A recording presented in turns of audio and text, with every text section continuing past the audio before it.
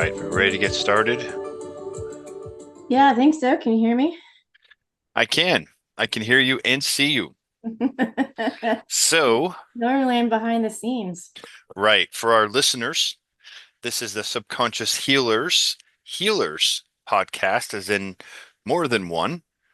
As my wife Tiffany is joining me today, as we discuss all things mind, body, and most importantly, spirit involved in healing and making improvements in our life because let's face it, there's a lot of people out there today that are looking for answers that are suffering and that are just not meant to carry the loads that they're carrying.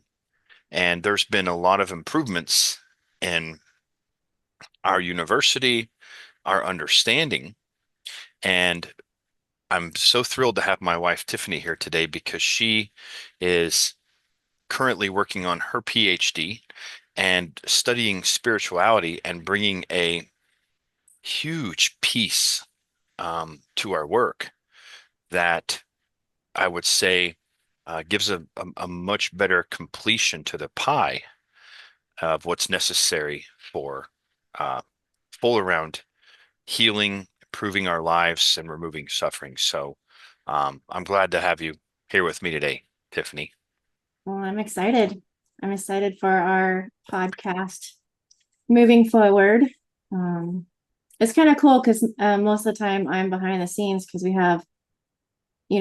homeschool and we had six dogs and now we've kind of adopted two strays. So now we have eight dogs. So my office is usually surrounded by kids and dogs. So Right.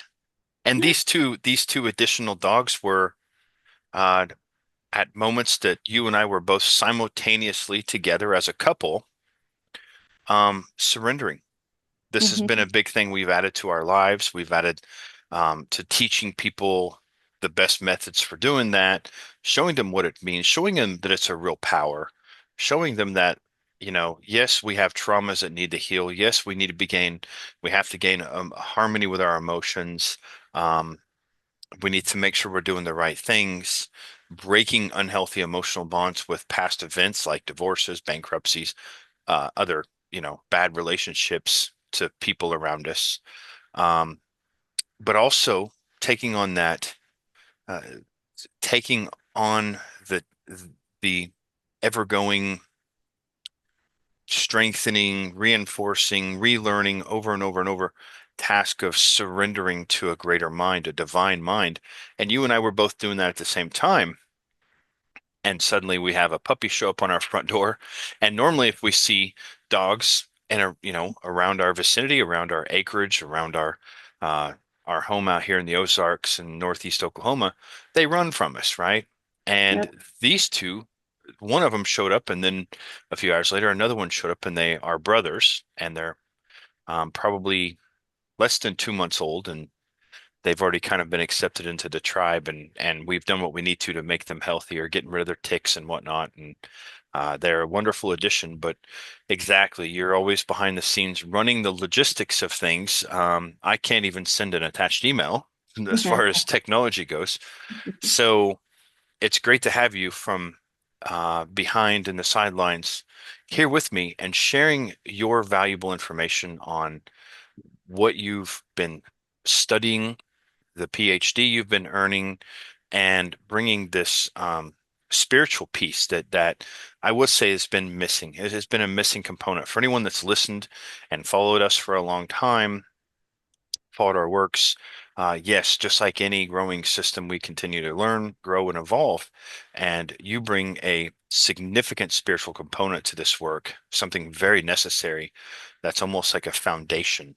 Okay, so let's get started. What kind of topics do we want to discuss for our viewers first? Well, I think that probably the biggest thing to start out, we have so many topics, so this is going to be like a continuous thing. But I think that the first one that we can start with is like how the subconscious kind of runs the show and how 95% of our behavior, our pain, any kind of behaviors that we have, our patterns, they're driven by our unconscious programming, right? So I know that some people have been followers for a long time and they probably know your work really well. But for new people, what would you say exactly is the subconscious and how does it differ from a conscious mind? Okay. That's a great question. I will say, for all practical purposes, let's keep this pretty simple, and we may use the term unconscious and subconscious interchangeably. So we'll just, for this, um, to make things simple, we'll use those words interchangeably. That way it kind of alleviates confusion. Okay. And additionally, one of the things that we've realized is that, the name of this podcast is the Subconscious Healers. So it's you and I together. We have put a lot of emphasis on the subconscious in the past and not a lot of emphasis on what we call the hardware, the brain. So we need to incorporate that as well to make the package more complete, because the research that comes in shows us that we need to identify things with the brain. We need to look at what's called neuroplasticity and how neuroplasticity can sometimes um, create problems that we need to address. So first and foremost, whenever we think about our mind and we think about our brain, many times people think they're the same thing. And of course, the brain is the physical organ that is, I'm not going to say it's a solid organ, but it is something that, it's tangible. You could hold it in your hands, you could observe it. And we've certainly done that in chiropractic college, working in cadaver labs. We've observed the physical brain inside of the skull. And this organ is the key of our central nervous system. And it operates, there's three different components to this brain. There's the neocortex, which is kind of the walnut uh, shaped part of us. That's the shell on the outside. Then there's the limbic system. And then, of course, there's the paleocortex, or the cerebellum, you could call it, the deeper, like reptile brain. Now, all these three different brains have components and functions to them. The deeper one, the cerebellum or the reptile brain or the paleocortex, operates all the things that we don't have to think about. And again, I'm using this kind of interchangeably with the subconscious because it's below the awareness. It's outside of our awareness. We don't know this is going on right now. Like, you're not even aware of your breathing or your heartbeat. You're not aware of your immune system. You're not aware of your red blood cells circling through your body.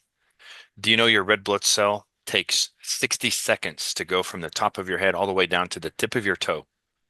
60 seconds. You have one red blood cell circulate that fast to your body, and yet you're never aware of it.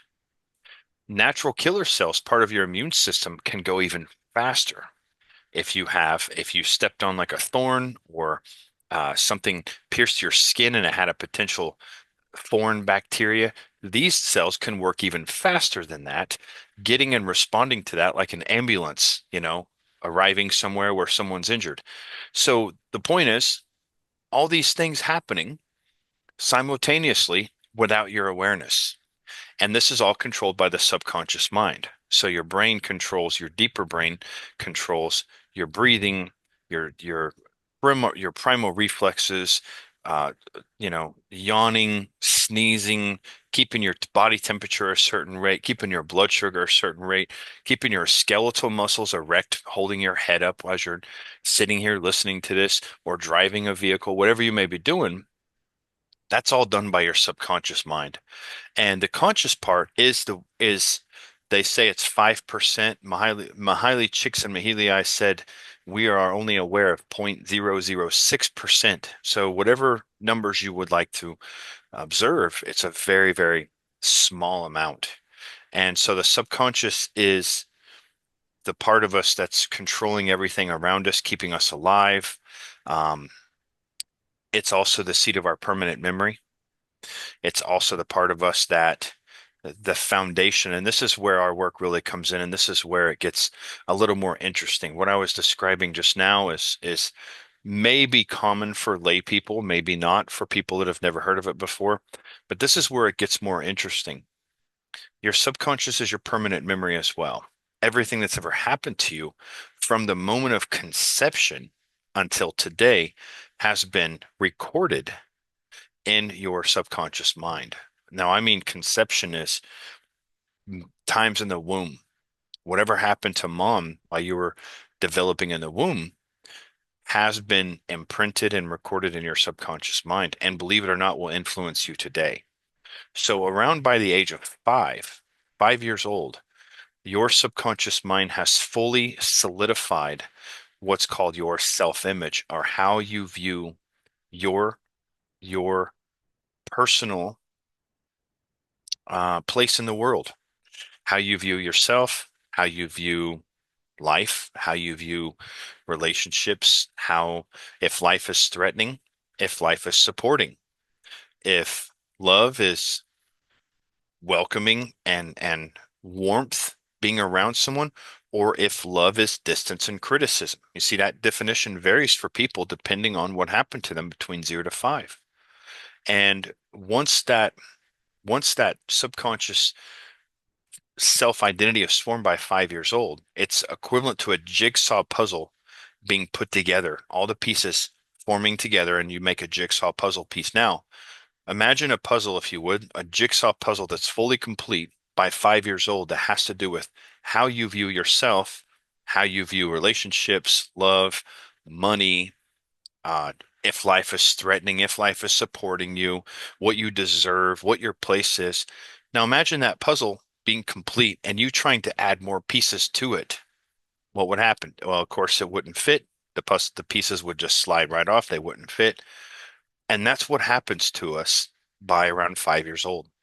So those memories that make up that jigsaw puzzle piece, those experiences become the very foundation. They're the most powerful and influential memories we have.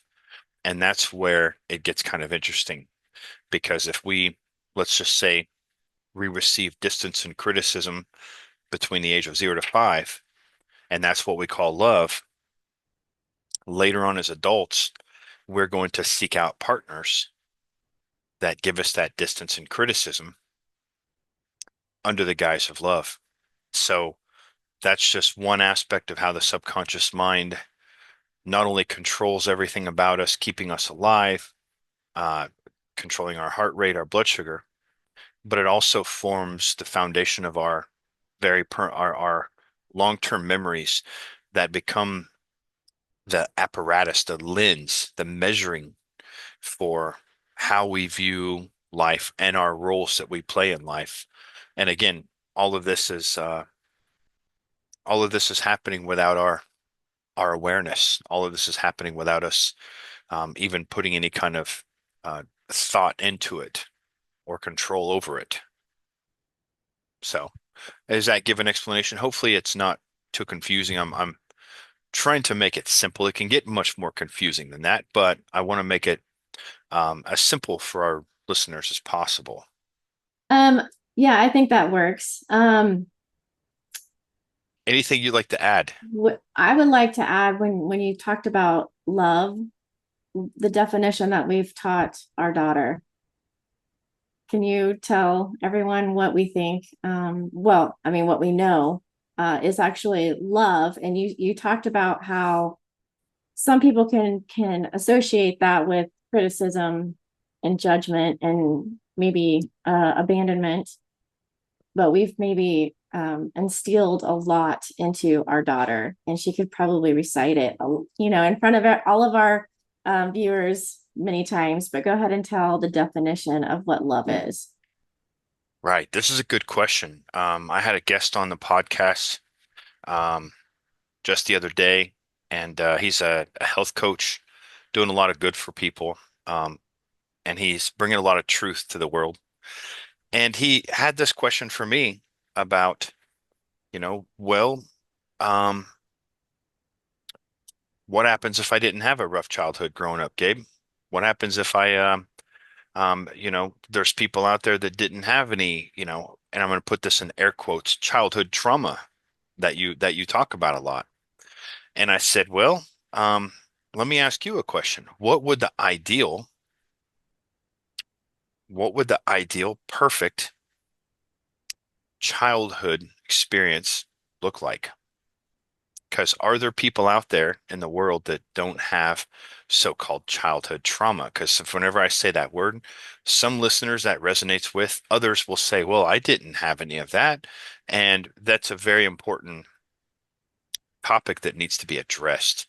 Because here's what I can tell you. If you grew up in a civilized world with your typical schools and your typical uh, what would you call it, daycare settings and your typical hospital births and your typical growing up in your Leave It to Beaver neighborhood with friends and family and peers around you. I will say this, although trauma may not even be on the radar of your awareness, it does exist in our civilization. It's actually intertwined in our culture so well that you can see it in Disney movies and things like that, and it never even raises an eyebrow with viewers. So I will say Tiffany and I have raised our daughter and my children with trauma being part of it because it's so intertwined in our culture. So back to your question about love. Whenever I asked this gentleman what would be the ideal childhood circumstance growing up, it kind of stumped him for a moment, and he thought, and he said, "Well, masculine and feminine energy and good parents that got along and love for the child." And I said, "Ah, there we go." I said, "Can you tell me what love is?"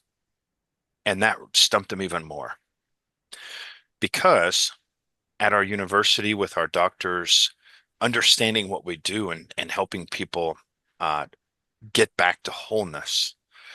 When we use the word love, we have to put a very clear parameter with it because the word has been so misused.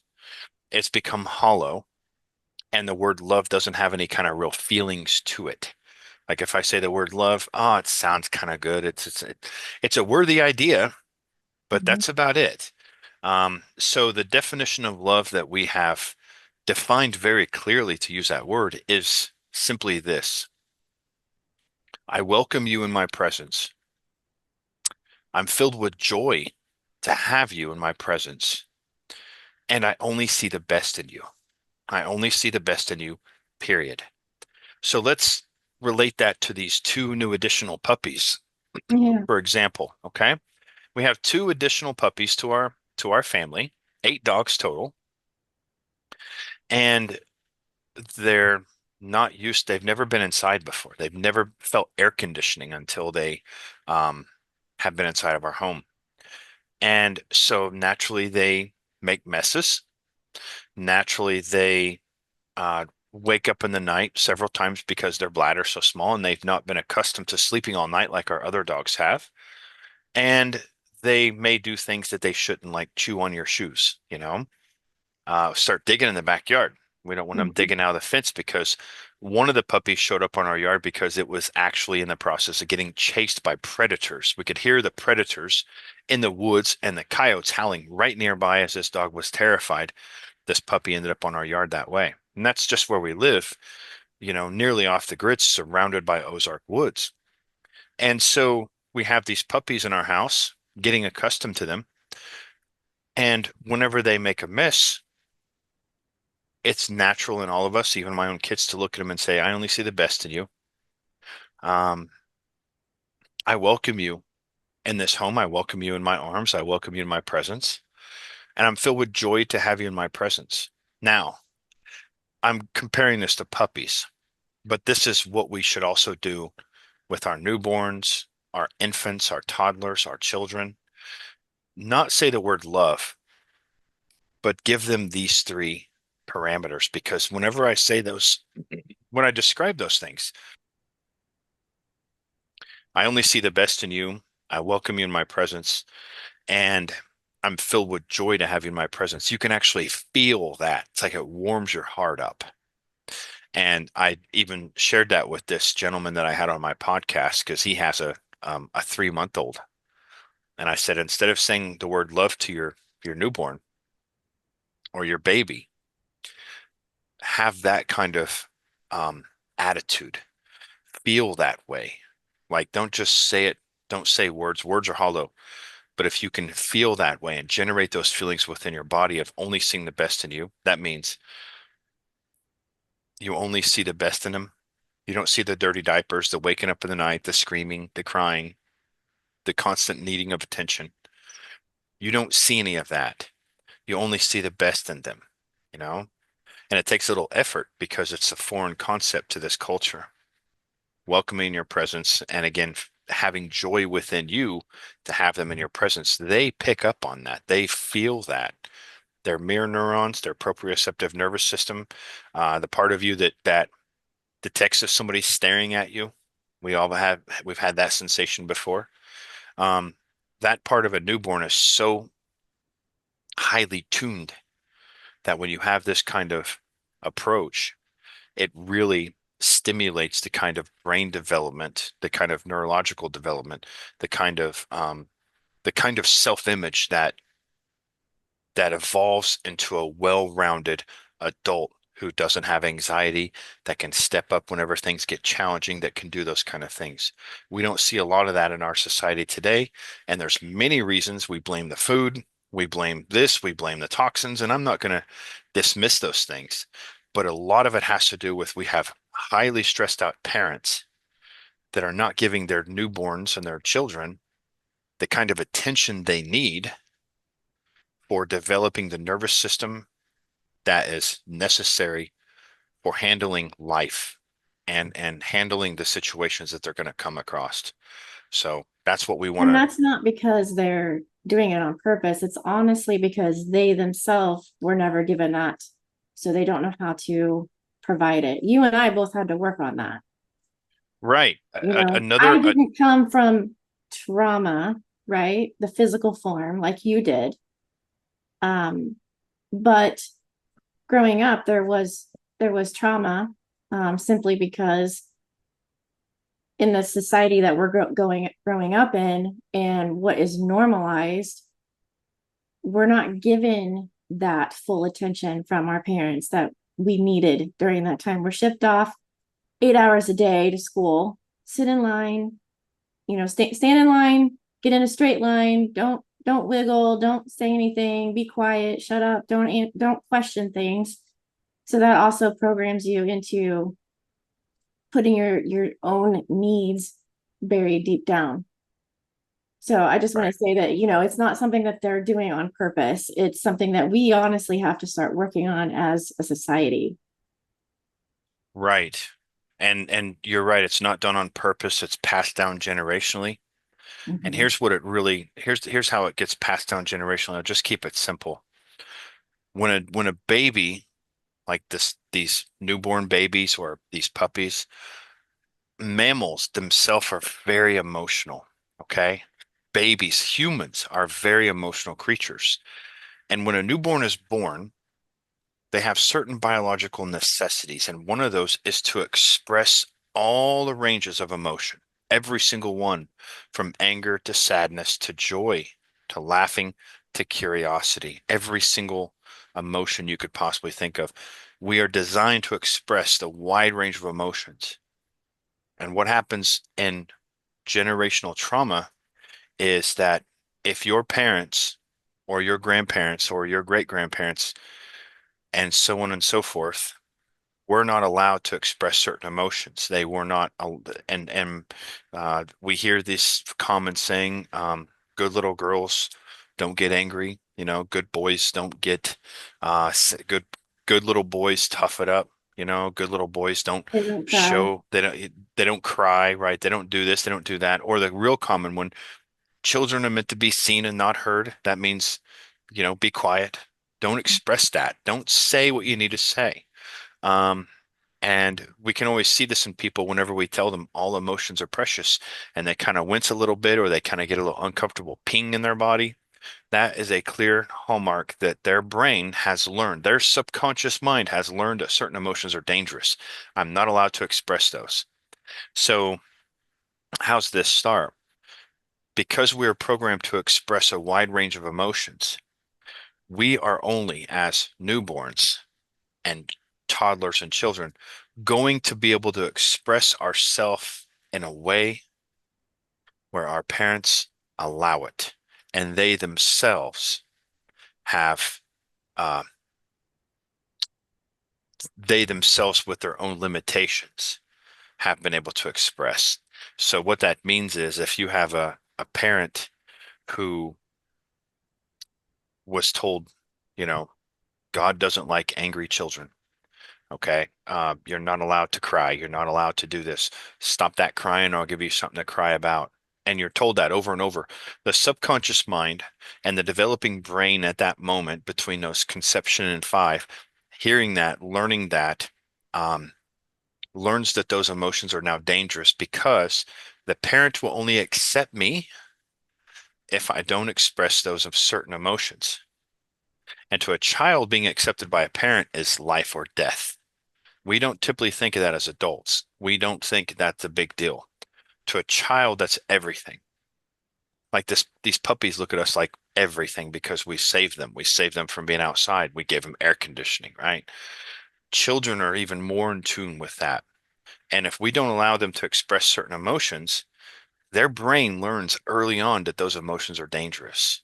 So now instead of expressing a wide range, there's a limited amount that they express.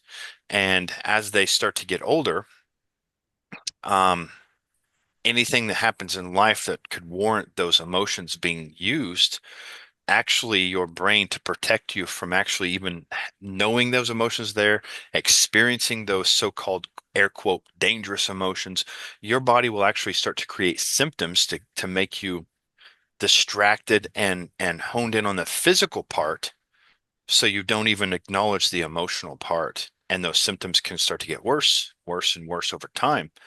Um, but we are meant to express a wide range of emotions, and your parents or your it's it's generational.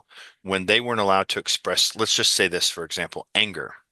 If your dad got in trouble when he was a little boy for ever getting angry, and his brain learned that anger is dangerous. And decades later, he has you as a child and you express anger, he will not be able to handle it. He'll not be able to tolerate it. And he will shut it down very quickly within you. And the same goes with, I'm using anger, but I mean, we've worked with people that are severely depressed and they can't even express happiness. They can't express joy. They go to a comedy show with their spouse and their friends, and everyone's laughing, and they aren't laughing at the comedian, and they wonder why. It's because their brain won't, their brain has forbidden them from feeling, from expressing those emotions. So, good point. Yeah, good point. So, how do you think the subconscious belief shows up in things like our relationships, our money, our self-worth, things like that? So, how does it show up? Yeah, Uh, how does it show up? well, like I said, whatever we learn first becomes whatever we learn between 0 to 5 by repetition and by what's there most often. Our subconscious mind links. Okay. Um, it links things together. Uh, and this is called, conditioned aversion or conditioned response. And later on, it shows up as a potential threat or a potential disruption, as a potential something that shouldn't be there. Let me give you an example of this conditioned aversion so it makes sense. Um, right now, if you were to go eat somewhere and you got a salad and it had some berries like strawberries on it or something, and or let me backtrack just a little moment. Let's say that you went out in the wild with your friends and you went on a nice nature walk and there's different bushes and there's different wild berries growing, and you're with your friends and you're looking on the internet at different berries that you can eat in the wild, and you grab a berry off a bush that you think is a particular good nutritious one, but this berry is actually kind of a more poisonous one. It looks real similar. You're new at this and you're unable to determine what is what, and you actually choose wrong. You grab this poisonous berry. you throw it in your mouth, you eat it, and it causes you to have real intestinal problems for the next, next few days, next few hours. Your stomach is a wreck. You ate this poisonous berry and it caused distress. Your brain will link danger to protect you. Your subconscious mind learns things to try to protect you, and it will link danger to that particular berry. And what happens then is if you even see that berry, you get a smell of anything resembling that berry, you suddenly get nauseous and you want nothing to do with that. Okay. That's how your brain can link things together as potentially dangerous. Now, the next time, um, you know, and it can happen from that point of eating a berry that's actually poisonous, but it can also happen by mistake. So let's say you get a salad and you get some strawberries on it and you eat this, lunch quite often, and you have a stomach bug kind of stewing, but you're not aware of it. And you eat this salad and you eat these berries, your brain can actually make the mistake of linking. You ate this salad, you ate these berries, and suddenly your stomach starts to hurt and you have intestinal um, disruptions for the next couple of days. Your brain can mistakenly link those berries for causing the stomach bug, even if they were completely unrelated. So now the next time you see that salad with those strawberries, you get nauseous. You don't even want to be near it, and you're not even sure why. This is kind of this is the real reason for most food allergies. Your brain linking something dangerous to something that's not dangerous and linking those two together. And therefore, anytime you see this potential harmless thing, your brain has a danger sign locked onto it, and it creates symptoms for you to avoid it. So back to your question, how can the subconscious mind do that with relationships, do that with things like money, do that with things like progressive growth, do that with anything, right? Well, when you're 0 to 5 and you're the most absorbent and you're putting together that jigsaw puzzle of life, of how you fit, how everything relates to you, and you're observing things and you have nothing really to compare it to, your permanent memory is actually in the process of getting formed and solidified. What happens is you're watching your parents, you're watching your mom, you're watching your dad, and you're listening to certain statements.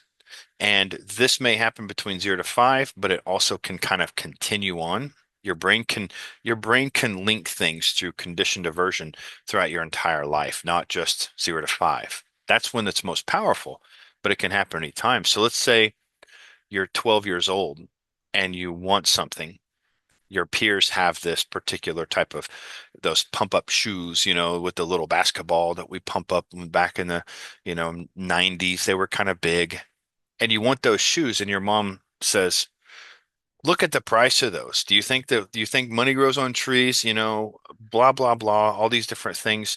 That's way too expensive, all of this." And does it in kind of a way now to where suddenly you link things like that as being out of your reach.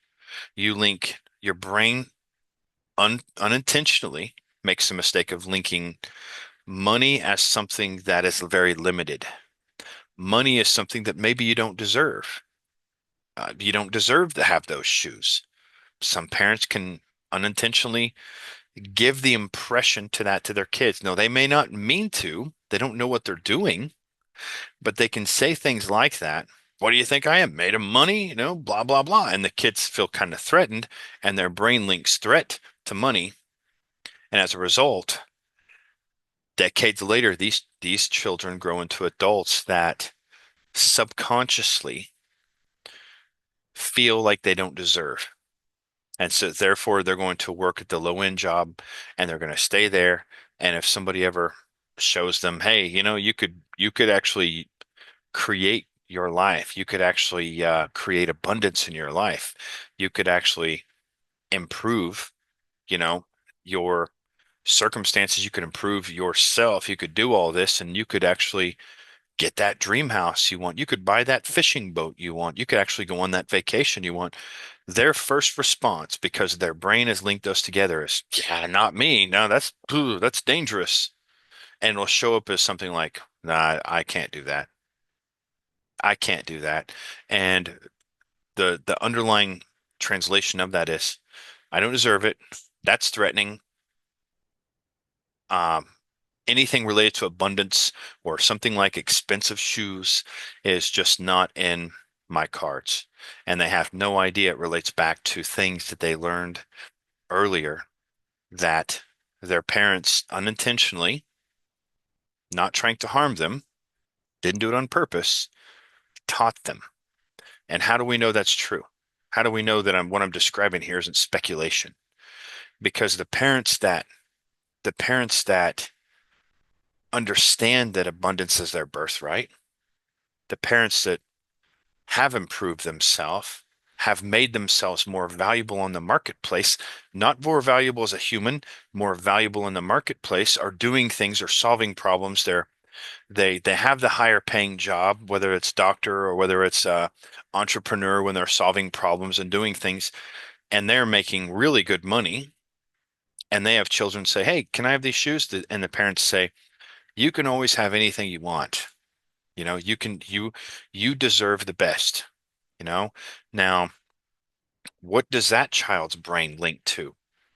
Yes, they may appear spoiled, but that child is also learning that I can have whatever I want. I can do whatever I deserve, and I can, um, money is just as abundant as the air I breathe, versus the idea that money is something scarce that you don't deserve, that only the rich people have, and even worse, sometimes that if you see somebody that's wealthy that has millions of dollars, oh, they did something bad.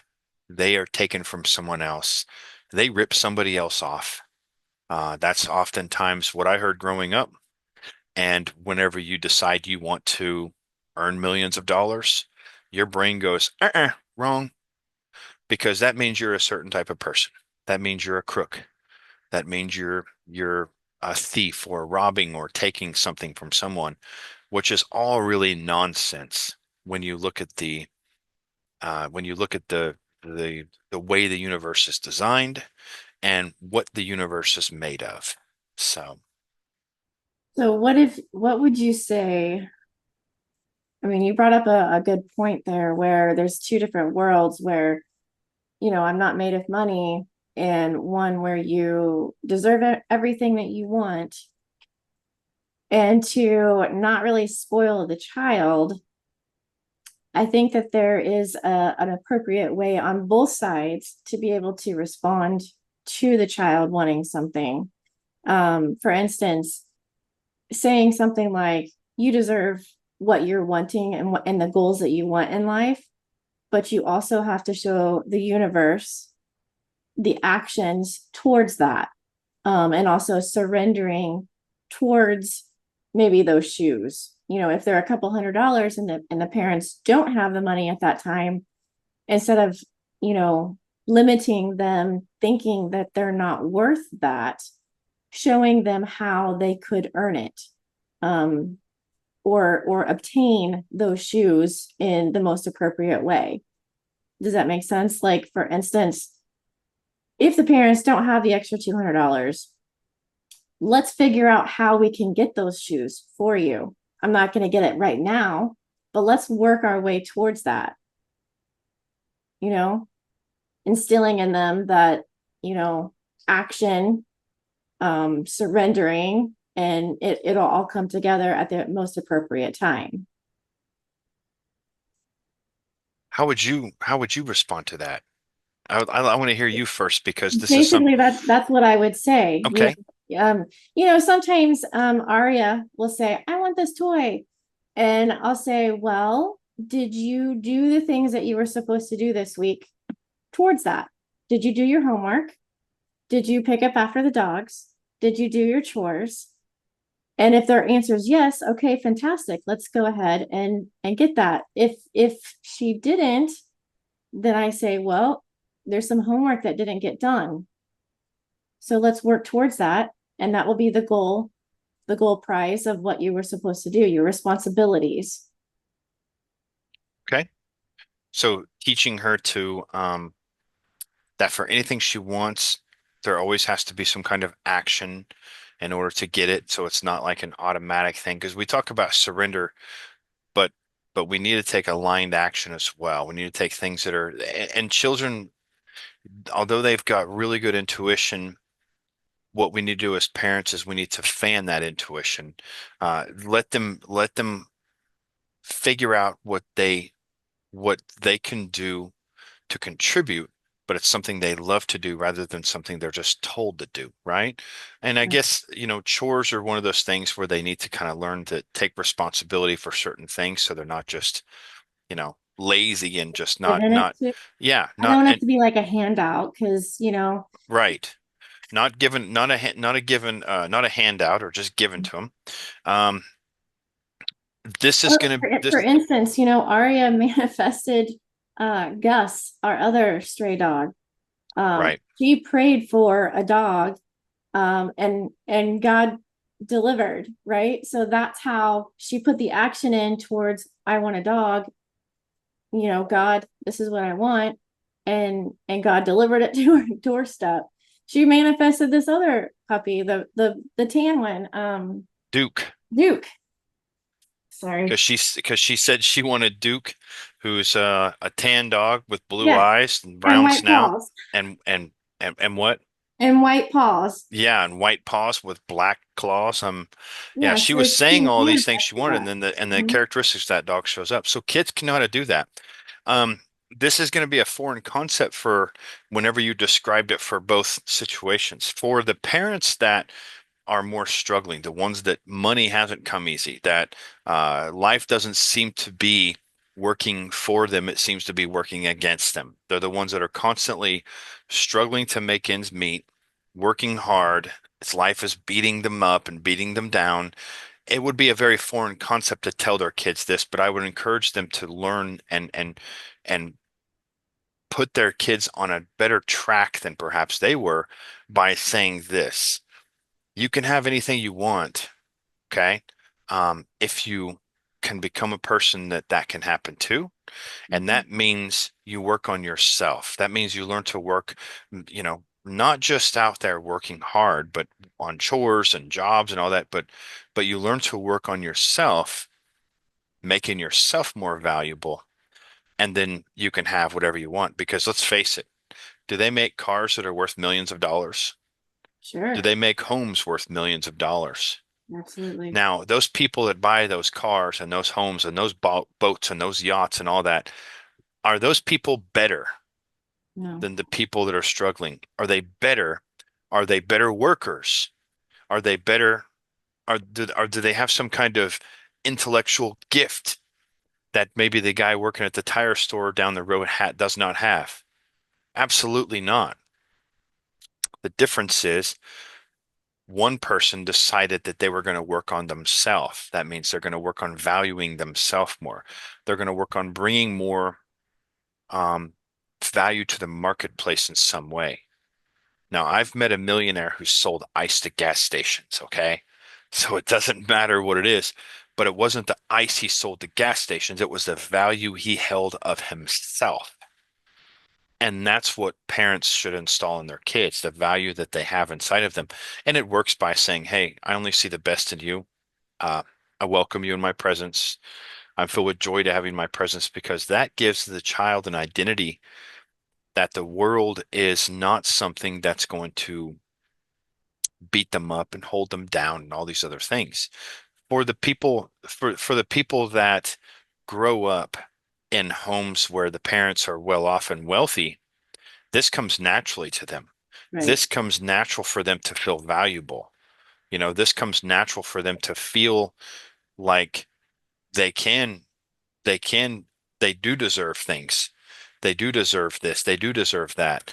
And there's a fine line between spoiling them rotten, giving them everything and not teaching them these things and teaching them that bring value to the marketplace. Become more valuable to solving problems for other people. Okay. And in turn, um, that will in turn be a reflection of the value the marketplace gives you. Now, marketplace and value and all that, is that too young for kids? Not necessarily, because they start playing games of Monopoly. They start playing games of shopping and, doing a little grocery store. How many times has your child ever played with a little plastic cashier where they take a plastic apple and they give fake money and little coins away? So see, they understand the idea of money buying goods, but they need to understand the value of them bringing a value to the marketplace and them having something. My son is 16 years old and he's still kind of learning what he wants to do, but I don't tell him what to do. I would love for him to do what we do in Psychosomatic University, and God knows he needs some of this work, right? We all do. But his drive is about becoming a blacksmith, making knives, and making fishing lures. And you and I are all about supporting that. And we're also telling him, then you have to make sure that you're bringing good value to the market. Don't just don't just half-ass it. Don't just do it without really putting your heart and your soul into this kind of stuff. If it's something deep down inside you telling you to do it, then do it and do it full out. And that will itself, that energy you put into that will be something that brings value to the marketplace. Because let's face it, people need tools. They need knives, they need hammers. People need fishing lures, right? People Especially in our area. people need ice, but it's the value that the child has to have about themselves that is going to that ultimately is going to make a difference when they look at those shoes. When they look at those shoes with the little pump, or they look at a particular dress, or they look at something else, they look at a car, they look at a vehicle. It's the value they feel about themselves that's going to determine what kind of car that they're going to feel like they can drive, they feel like they can have, they feel like they can earn as an adult, you know? I think that that's one of the things that we need to do is as parents that we need to do with our kids is just give them this simple thing. Learn to work hard on yourself. And that means study the right things, find the right mentors, find the right people that have um, the right message that resonates with you. Don't just fill your head with junk. Don't just fill your head with watching crap all day because it's not going to help you increase that value that you have towards yourself. Okay. And I'm not talking about arrogance. And I'm not talking about being like totally narcissistic. Maybe in a way I am, but not in a pathological way, in a way that you know what you're worth, you know your value, you know what you bring to the market, and you know that you're actually putting your heart into this work that you're bringing, whatever it is, whether it's fish and lures, whether it's selling ice at a gas station, whatever it is, have value within yourself. And that itself is going to be a reflection of what you bring and what you can offer your family in the future, what you can offer your kids in the future, what you can offer your spouse. I'll just say this, marrying you made me realize that I needed to do more to be the husband that you deserved because you were so giving and you were so supportive. And I realized that early in our marriage, many of the things that I was doing was causing us to drive off the cliff. And it wasn't you, it was me because you were supporting me. And that made me realize, okay, I got to really step up my game. I got to become more value. I got to bring more value to this relationship. And it has to start with me bringing more value to myself. Because if I don't feel worthy, if I feel like I'm just I used to call myself a loser whenever we first met. I called myself a loser over and over and over again. And I can't, and what possible good is that doing a relationship if I feel that way about myself? I have to bring more value to myself, and that in turn helps us bring more value to our relationship, more value to our home, more value to what our kids are reaping the benefits of.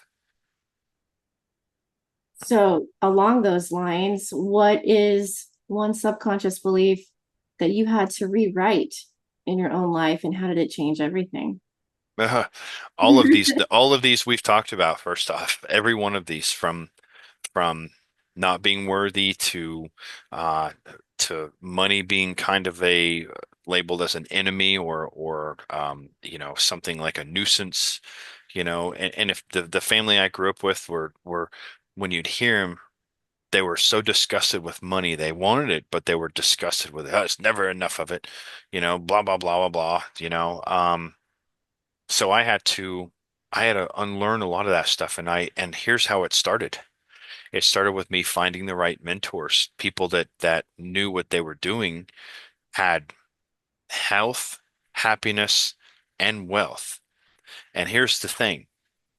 Today we live in such an information age that you can find people, even if they've been dead for years, they've left wisdom behind of how to begin to change your self-image, how to have more value towards yourself, um, and how to feel how to change your understanding of the world and yourself, and ultimately transition into your life. So I will say the very first one um, that did that for me. I started studying everything from Joe Dispenza, Robert Kiyosaki books, but the one that really made sense to me and was a pivotal moment for me was Bob Proctor. Bob Proctor and studying how he talked about the subconscious mind as a universal mind and how it's become saturated with these bad ideas, including low value, including poverty mindset,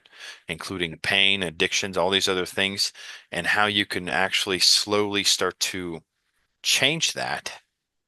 And when you start changing that, what you're really changing to is the shape of your brain.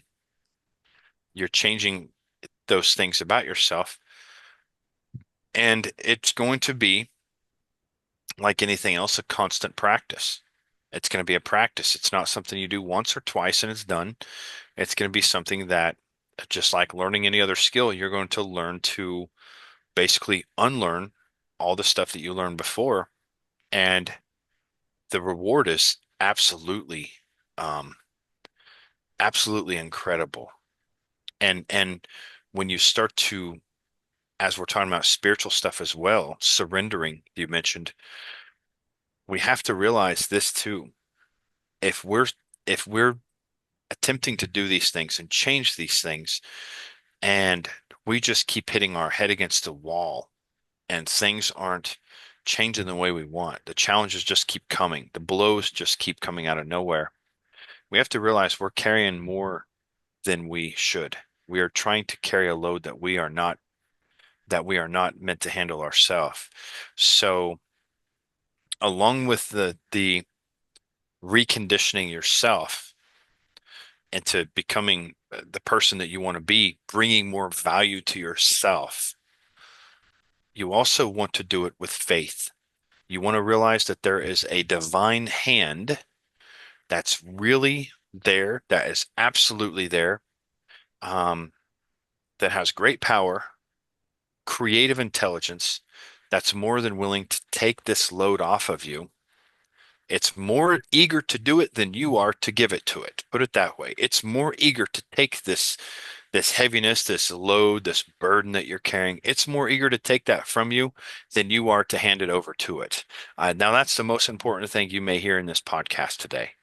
But if you can practice yourself, you can practice thinking to yourself, I can't handle this alone. The level of mind that I have, my conscious mind that I'm aware of, is not capable of solving this problem. So I have to um, rely on a greater source.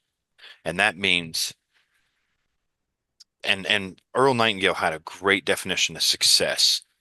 It's the progressive realization of a worthy ideal. That means you are deciding something, you want to have value, you want to achieve certain goals, and you start working towards those goals. You imagine them in your mind, you write it down, you think about it, and you start taking small steps towards that. You're already successful.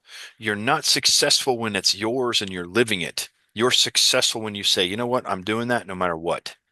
I'm doing that no matter the hardship, no matter what my parents say, what my friends say, or who thinks I'm crazy, or this person doesn't agree.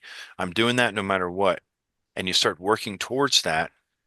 And at the same time, when the struggle really starts to hit, you say, I surrender this to you, this greater mind. You can handle this far better than I can. And you Begin the practice of letting it go. You work towards it, you take action towards it, and you let the struggle go to a greater mind. That means you literally let it go, and you consciously with your mind you say this to it: I can't do this without you. I'm not capable of handling this without you. I allow you to intervene and provide this in a greater way than I can, and you surrender it. And you know what that means? You don't go back to it in 5 minutes worrying about how it's going to happen.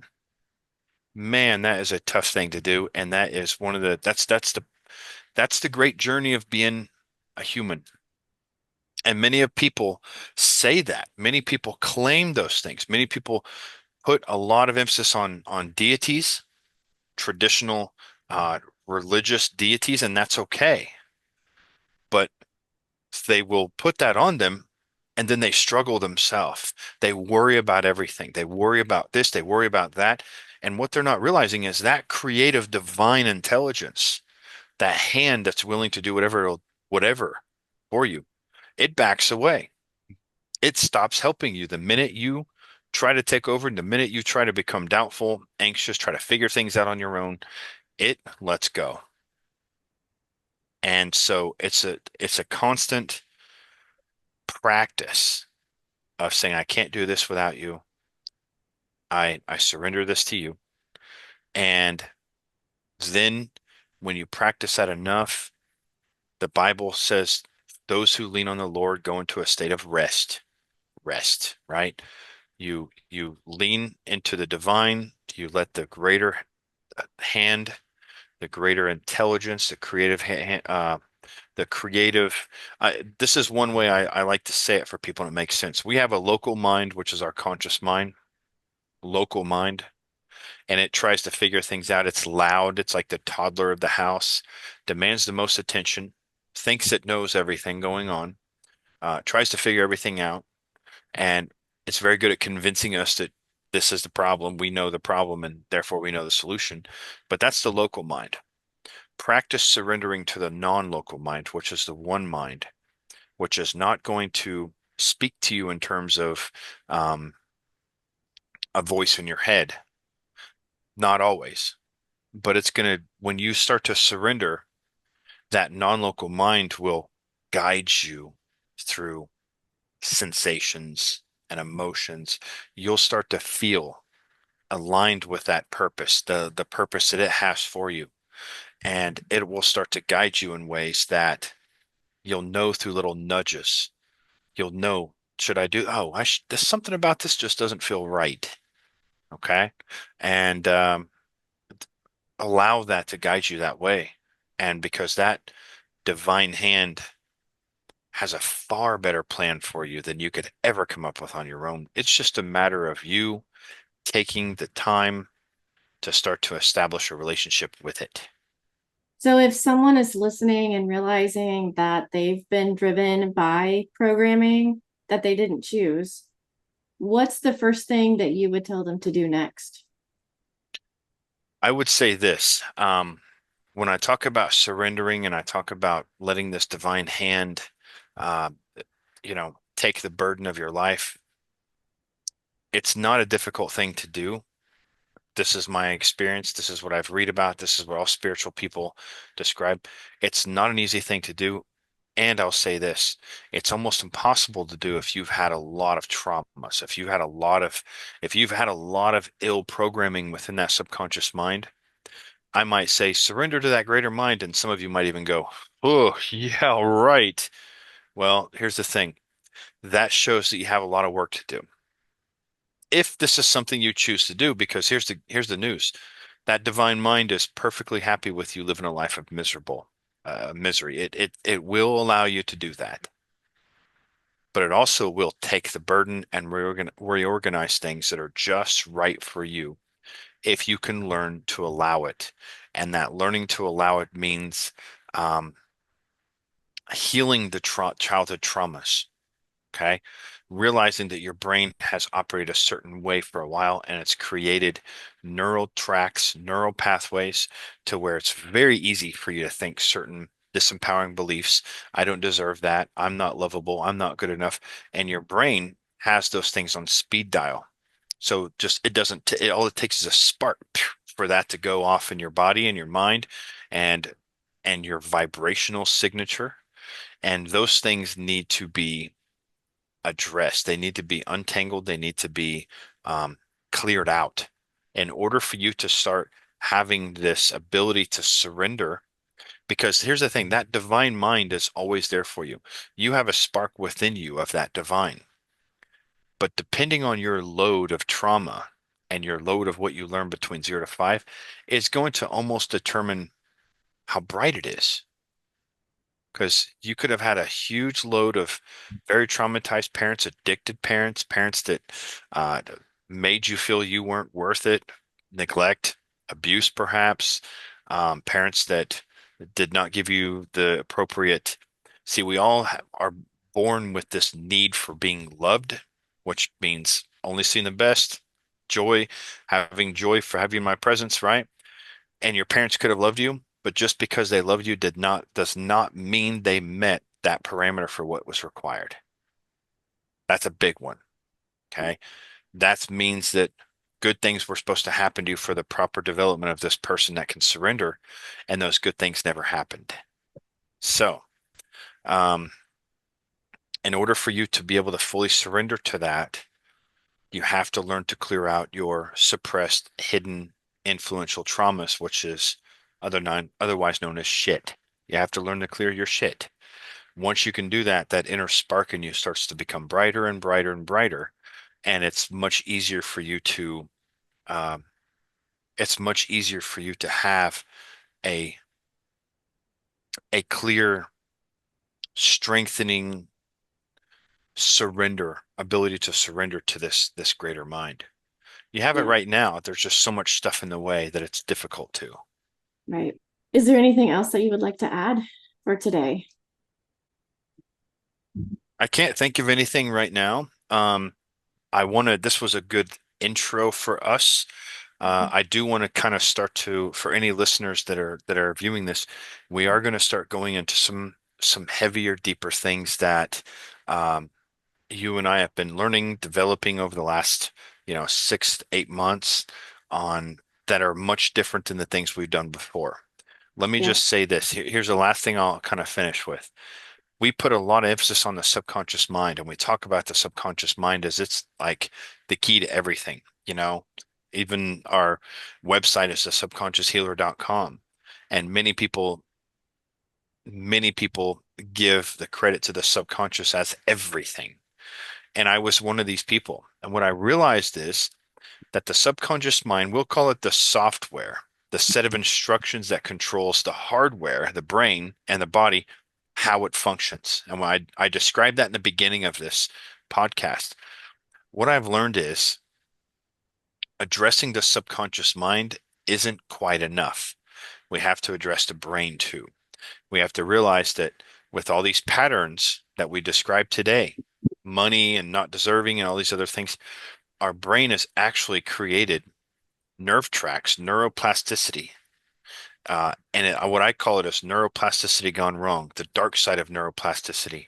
And we have to, if we just address the subconscious mind and we work on it, and yet our brain has certain tracks on speed dial, we're going to have limited progress. So we have to address both the software, the subconscious, and the hardware, which is the nerve tracks, the neural tracks within the brain. Yeah, I'm excited to start sharing that over the next several months. Oh, Um, it's made a huge difference in yeah, our clinical outcomes and people learning how to do this on their own. That's really what we're here to do is teach people how to become their own best healer. if any of our viewers and listeners right now have a topic that they want us to start talking about, I would love to see it in the comments and below, because we've got a lot of things that we could talk about, but I also want to go on what our listeners and our viewers really want to know. So if you are one of those people that have a topic that you want us to talk about, please comment below so that we can put that together for you.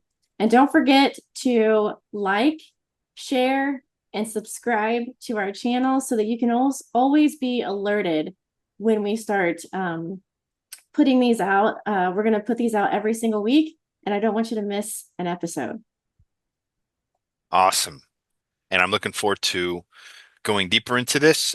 Please give us some feedback on like Tiffany just said, what you want to hear about so we can bring it, answer it, give you some clarity on this things because it's very important for us to remove our suffering. These are the concepts. This is the truth on what we need to do to address that. Because here's something else. You're not going to remove suffering from anything external. It has to be, it's an internal job, and you want to know how to do it correctly, the most efficiently, the most effectively. And that's what we're here to do is if give you clarity and steps on that. Yeah. All right. Thanks for joining us, and we look forward to seeing everyone next week. Bye, everyone.